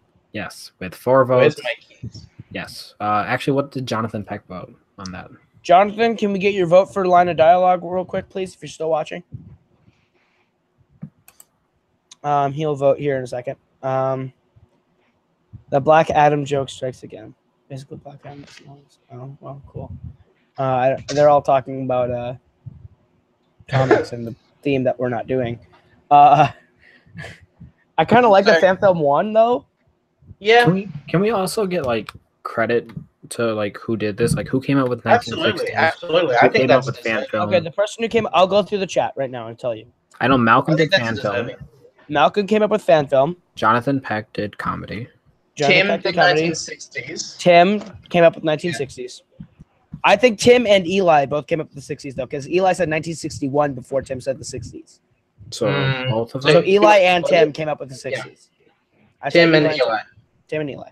And then the prop of a fedora is Nico. Nico. And Nice. based on and whatever line of dialogue wins, will right now Nico will also be credited for Where's My Keys because he came up with that one too. Yes. If that wins, which most likely it will. We still need Jonathan Peck's. We also need Jonathan Peck. If he is still here, can he please tell us in the chat? Well, since we're waiting, can I ask from the favorite screenplay, who's the favorite directors? My personal favorite director of all time, I'd be crazy if I didn't say Steven Spielberg, but my personal favorite is Quentin Tarantino. Okay. Mine- Reason? Actually, you know what? I'm wrong. The Coen brothers are my favorite directors. My reason... But you're going to talk about the Coens, so I'll stick with Tarantino so someone talks I'm not about going to talk about the Coens. They're not my favorites. Oh, They're in my top 5, but they're definitely not my I thought you said, that's who I was going to say. Okay, never mind. So I'll talk about the Coens. I think the Coen brothers have a very, very unique style that just resonates with me because everything they do is like the genre might not be comedy, but there are funny things about the movie. And it could be something really bleak, like dark comedies. The Big Lebowski, that's meant to make you laugh. Burn After Reading, probably meant to make you laugh. But then you got the movies like No Country for Old Men and Fargo, where situationally it makes you laugh, but it's not supposed to make you laugh. They're very dramatic and uneasing movies. But I love their visual style, especially every time they work with Roger Deakins, is outstanding. No Country for Old Men is gorgeous. Absolutely. Fargo's gorgeous. The Big Lebowski is one of my favorite films from a screenplay standpoint. No Country for Old Men is my second favorite movie of all time. I love No Country for Old Men. And my fourth favorite film of all time. Absolutely amazing. I love everything about it, which is why I really wanted to do a Western, because that would have been awesome. A Western? I don't know if I count that as a Western. I do count that as somewhat of a noir, though. A modern noir Western. That's what I love about the comments, is that you can't really genreize them, if that's a word. You really can't. And I think they have the most expansive filmography where people just love almost every movie. I think they had a dark period in the early 2000s where no one will mention those movies as their favorites. I mean, Hail Caesar was pretty bad, just saying. Hail Caesar was my first Coen Brothers movie ever. So I did like it. It got me into the Coens. So as a movie, I thought it was really weird and felt a little off kilter, which is what got me into them. I definitely like it. It's a nice tribute to cinema. Kane, what's your favorite? My favorite director. I think we all know what I'm going to say. Steven Spielberg. It is Steven Spielberg. Like if you take my top three, it's literally Jurassic Park, Whiplash, and then Jaws is my favorite. So like two of my top three films are Steven Spielberg, and the whole thing of like why I got into it is just being transported to a different world, coming out with just enjoying your time at the films, and just taking 2 hours of your day and just having fun with it. That's why I love film, and I think Steven is the best example of that. Even some of the movies where it's just not good, you can still have a fun time with. He doesn't have to make Oscar movies. It's just he makes movies because he loves movies. Steven's by far my favorite, even though I talk about Taika all the time. But it's like Steven's my favorite. Honorable mention, Edgar Wright, Taika Waititi, for sure. Both of those guys are fantastic. I mean, if they had bigger filmographies, 100%. Denis Villeneuve, Ryan Coogler, Damien Chazelle, David F. Sandberg. I think all those directors, when they get a better filmography, you can talk about them in the future. But for right now, it's the GOAT, Steven Spielberg. I do want to throw out someone who I think is very underrated, and a lot of people might disagree with me for liking him, but that's John Carney. I think Sing Street is one of the best films of 2016 and probably one of the most underrated films ever made. I also really like Begin Again, which is his second film and the first American film he made. What? Once. I'm getting to Once. Once is literally awesome. On Broadway. Once is awesome. Beautiful musical, beautiful romance movie. Gorgeous. Falling Slowly is gorgeous. One of my favorite songs. Yes. Falling Slowly is gorgeous. There's a reason why it won the Oscar. Absolutely. But I think Begin Again is super underrated because it's actually a really pretty I've not seen Begin Again. I think it's very beautiful about like starting. That's Mark Ruffalo and Keira Knightley? That's Mark Ruffalo, Keira Knightley, Adam Levine, Haley Steinfeld. Very stacked cast. Yeah, she's very young. She plays the daughter in that movie. Like younger than True Grit? No, a little bit older than True Grit. 2012? It came out in 2013. Came out 2013. Okay. And I think Coming Up Roses or Lost Stars I think they were both nominated for the Oscar in 2014 for Best Original Song. But it lost to I think it lost to Everything Is Awesome. No, it lost to Glory from Selma. Right, Glory from Selma. No, wait. Was it 2013 it came out? It came out in 2013, but I don't know if it got nominated at the 2015 or 2014 Oscars. Okay, because it could have been Let It Go from Frozen or Glory from Selma. Can we just, like, as for this wrapping it up, like, just who is an actor or actress that you think is just going to break into Hollywood? For me, it's Haley Steinfeld. Like, I'm sure I wouldn't say she's an A-lister at this point. Like, I wouldn't consider her an A-lister, but I'm just talking about who's going to be the A-lister, who's going to be like the next Leo.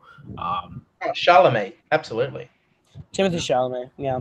I love it, man. Another young actress that I think is very good.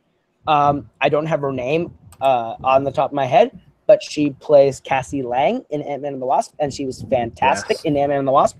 I think she's going to be great when she gets older. I think Ty Simpkins is a good young actor too. Can't wait to see him in Avengers 4. Like he's already kind of becoming like an A-lister. Tom Holland. I mean, he's young. Tom Holland's an A-lister. He's an A-lister. I mean, he's still just young. Like, you have to give him credit for being like... He's like 19. He's like 21, 22, and it's like... I'm pretty sure he's a year older than me. No, he's a year older than me. Oh. He's born in 96. Rip. You're born 97, Kane. Yes. Okay. I'm 99, so. I'm 98. Hey, late 90s squad.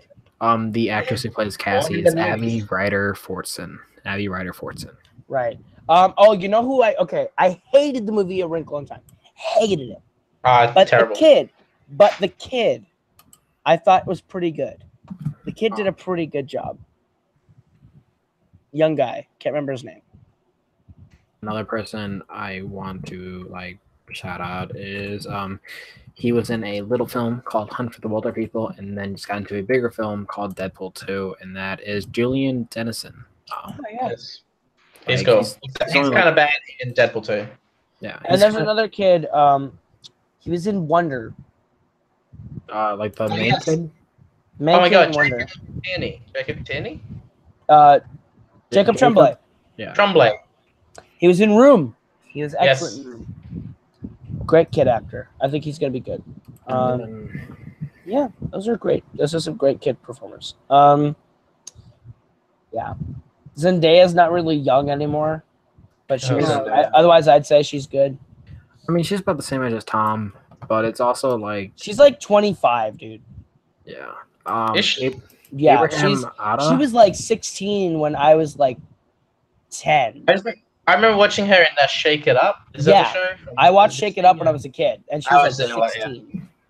Wow. I feel old because that was like 10 years ago.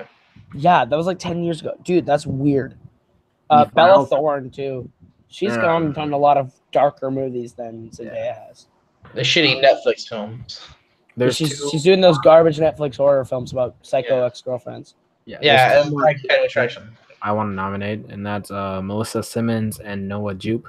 They play the two kids from Quiet Place. Like, they are fantastic in that movie. Oh, the blind girl is getting real big. Like, she was in this Todd Haynes film, Wonderstruck. So, yeah, I like her a lot. Deaf girl? Yeah. Melissa Simmons? Yeah. She was in a film last year called Wonderstruck, which she plays a deaf girl.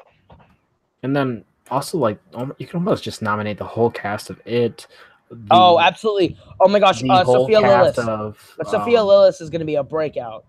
All the kids from Stranger Things, like Finn Wolfhard. Talk about that man, Finn Wolfhard. I haven't really other than Timothée Chalamet, haven't really nominated one. I'll say Barry Keoghan, who was in Dunkirk.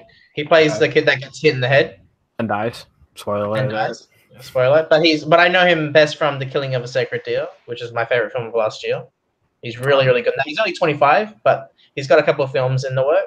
Like I'm blanking on what he's working on. Let me just look at his Wikipedia page.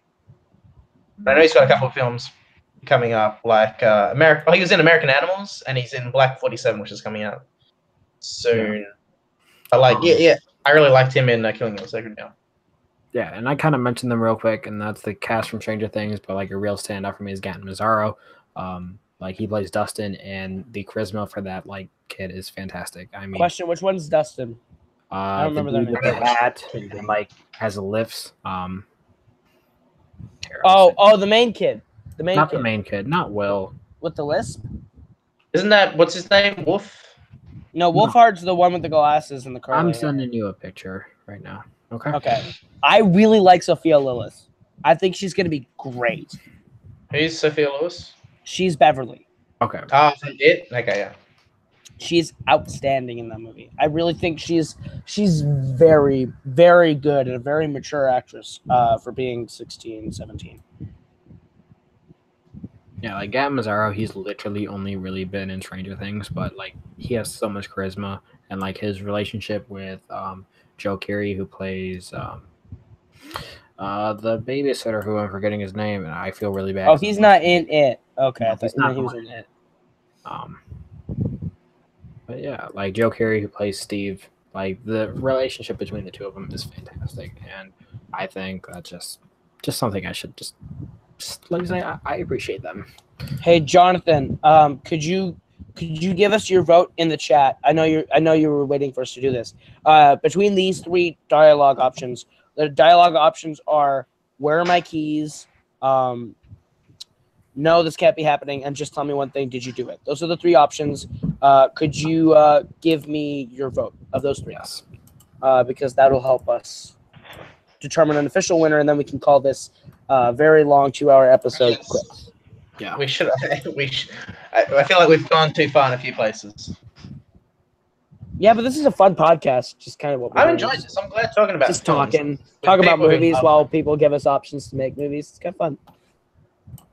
Yeah, because once we get his vote, he says, "Where are my keys?" So that means we have a definite winner. Okay, where are my keys? Win. So Where are my keys? to give you the rundown one more time for the people playing along at home, what we have to make a movie about.